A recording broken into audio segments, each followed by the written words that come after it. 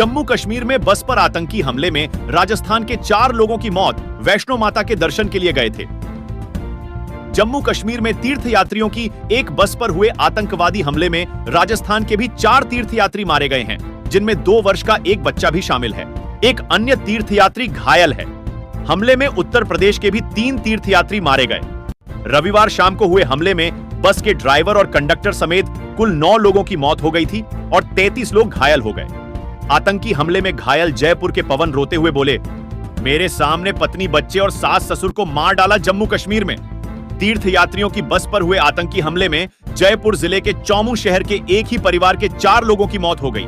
इनमें 2 साल का एक बच्चा लिवांश और उसकी मां पूजा भी शामिल है। बच्चे के पिता पवन सैनी घायल हैं। उनके दोनों पैर टूट गए हैं। पवन ने रो रो कर बताया कि कैसे आतंकवादियों ने उनके सामने उनके परिवार के 4 लोगों को मार डाला। हमले में चौमू के राजेंद्र सैनी और उनकी पत्नी ममता की भी मौत हो गई। पवन ने रोते हुए कहा, मेरे सामने मेरा 2 साल का बेटा और पत्नी मर गई। मेरे चाचा ससुर और सास ममता की भी मौत हो गई। मैं कुछ नहीं कर पाया, बिल्कुल बेबस था। कोटा पुलिस पर हमला करने वालों के ठिकानों पर चला बुलडोजर। करोड़ों की जमीन को कार्य कब्जा मुक्त बूंदी जिले में कोटा पुलिस पर हमले के मामले में जिला प्रशासन ने कड़ा रुख अपनाया है। अपराधी की कमर तोड़ने के लिए उसके ठिकानों पर बुलडोजर चलाया गया। जिले के हिंडोली थाना क्षेत्र के बासनी गांव में मोस्ट वांटेड रामराज की संपत्ति को बुलडोजर के जरिए ध्वस्त कर दिया। गौरतलब है कि आरोपी रामराज ने राजस्व और फॉरेस्ट की करोड़ों रुपए की बेशकीमती जमीन पर कब्जा किया हुआ था। हमले के समय आरोपी भी यही छुपा हुआ था। पुलिस के अनुसार हार्डकोर अपराधी पर हत्या के प्रयास, धोखाधड़ी, चोरी, सरकारी भूमि सहित वन विभाग की भूमि पर कब्जा करने और अवैध खनन सहित कई मामले दर्ज है। आरोपी के खिलाफ 10 संगीन मामले अलग अलग थाने में दर्ज है। राजस्थान के इन 7 जिलों में गर्मी बरपाएगी कहर। तापमान जाएगा 45 डिग्री के पार। राजस्थान में नौतपा समाप्त होने के बाद से ही गर्मी के तेवर में नरमी देखने को मिली। पिछले कई दिनों से प्रदेश में आंधी बारिश का दौर चला, जिसके चलते तापमान में भारी गिरावट हुई। लेकिन अब मौसम विभाग ने राजस्थान के कई जिलों में तापमान बढ़ने की आशंका जताई है। साथ ही विभाग ने फिर हीटवेव लौटने की ओर संकेत दिया है। मौसम विभाग ने आगामी दिनों में प्रदेश के 7 जिलों बीकानेर, चूरू, श्रीगंगानगर, हनुमानगढ़, भरतपुर, धौलपुर, करौली और सवाई माधोपुर को लेकर भीषण गर्मी की संभावना जताई है। साथ ही विभाग ने फिर हीटवेव का दौर लौटने की ओर संकेत दिया है। मौसम विभाग का कहना है कि 12-15 जून के दौरान बीकानेर, भरतपुर संभाग में अधिकतम तापमान 44 से 45 डिग्री दर्ज होने तथा कहीं-कहीं चलने की संभावना है।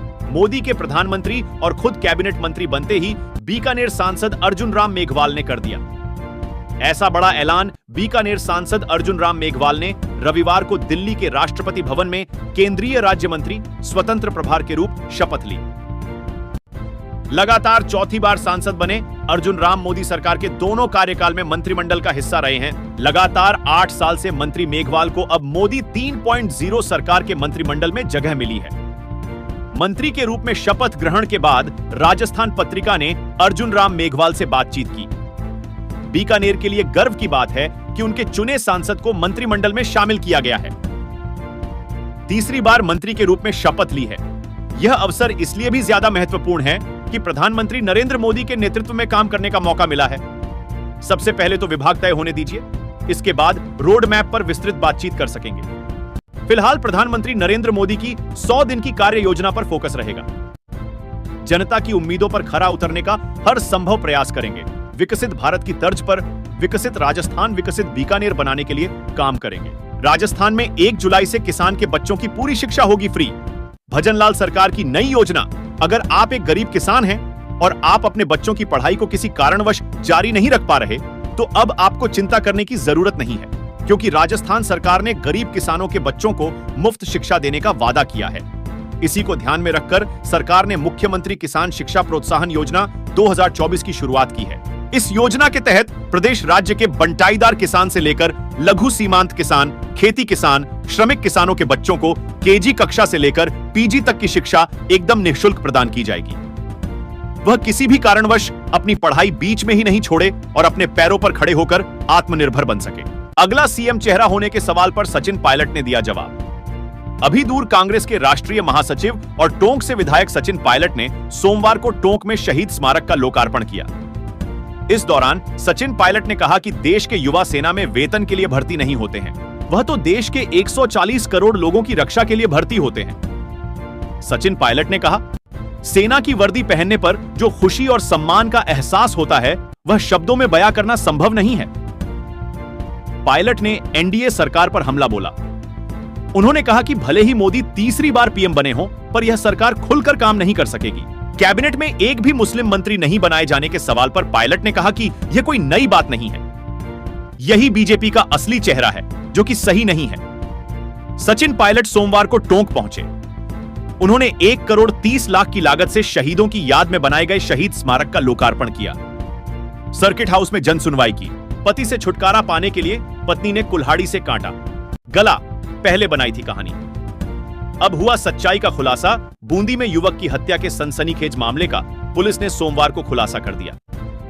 इस प्रकरण में हत्या करने वाली मृतक की पत्नी ही है। उसने आपसी कलह और मारपीट के चलते हत्या करना कबूल किया है। साथ ही हत्या को छिपाने के लिए उसने पति की सोने की बालियां भी बेरहमी से खींच ली थी, ताकि बदमाशों का नाम लेकर उन पर हत्या का आरोप लगा सके। लेकिन पुलिस जांच में सामने आया कि हत्यारा परिवार का ही कोई हो सकता है। पत्नी के जरिए दिए गए बयान से पुलिस को यकीन नहीं हुआ। पुलिस ने मृतक की पत्नी को हिरासत में लेकर सख्ती से पूछताछ की तो उसने बताया कि उसकी पति उसके साथ रोजाना मारपीट करता था, इसलिए छुटकारा पाने के लिए उसने उसकी हत्या कर दी। पुलिस ने हत्या के आरोप में पत्नी ममता गुर्जर को गिरफ्तार कर सलाखों के पीछे भेज दिया है।